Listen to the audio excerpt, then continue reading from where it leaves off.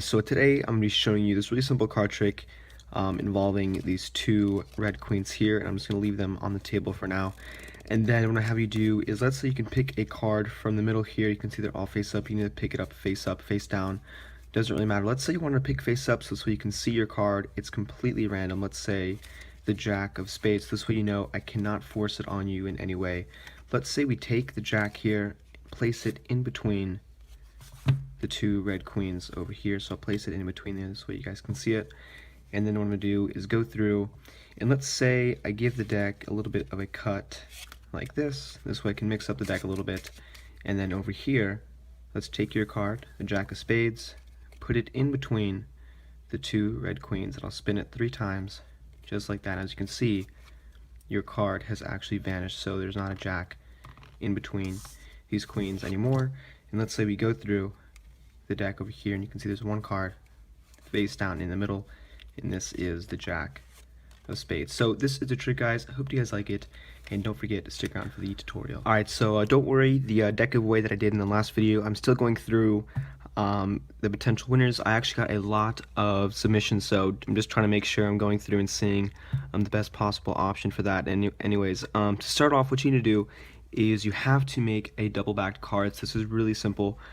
Sometimes these newer decks, like the Theory 11 cards, they come with a double-backed card, but this one I just made using the jokers in the deck. So you just take a piece of double-stick tape, stick these two cards together, and make a double-backed card. The next thing you want to do here is go over, let's say you want to use the 2 queens in your trick, so you can use any kind of 2 face cards, but in this case I have the queens, and basically on one of the queens you need to stick a piece of double-stick tape on the card. So as you can see right there, you can kind of see the tape in the light, so you don't have to worry about that tape showing to the spectator. They're not going to see it.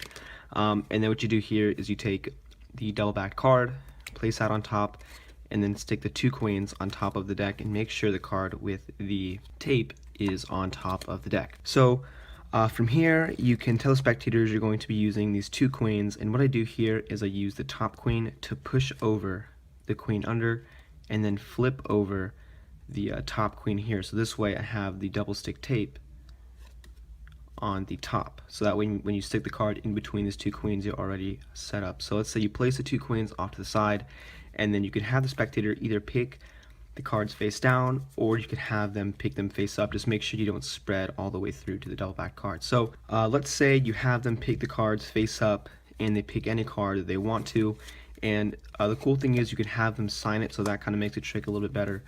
But in this case, let's say you have them sign the card, they're signing it, they're not really looking at you. You're just going to take the top card and catch a pinky break, and then leave their card. You say, okay, look, I'll take your card and place it in between the 2 red queens. So all I did there was place their card on top of the pinky break, and then flip both of the cards over, and saying, look, I'll place your card, and in reality this is the double back card. And you say, look, I'll place it in between the 2 queens, and you leave their card like this face down, and just slightly drop the queen on top. Okay, so this way they're in full view of their card.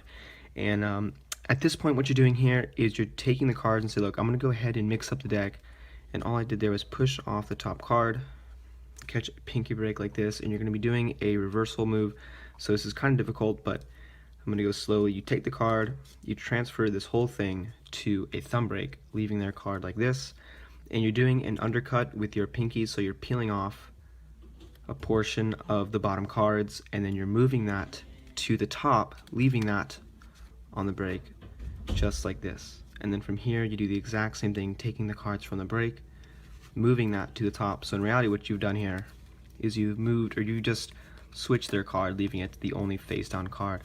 And then I did a one-handed cut, and I'll leave a link on the screen so you can do that. So now their card is in the middle of the deck. And then from here what you can do is you pick up the 3 card packet over here, and you kind of just square it up so you make sure all the edges are just kind of lined up.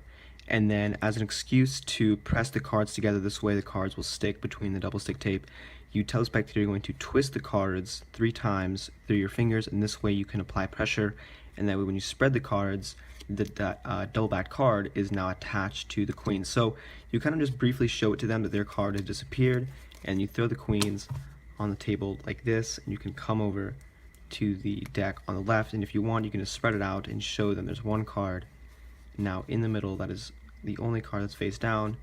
you can just take it out and you show it to them that it is their card. So like I said before, the ending is going to be a little bit better if you do have the card signed, because then it really looks like the card did transport. But anyways guys, this is a trick. I hope you guys like it, and as always, thank you.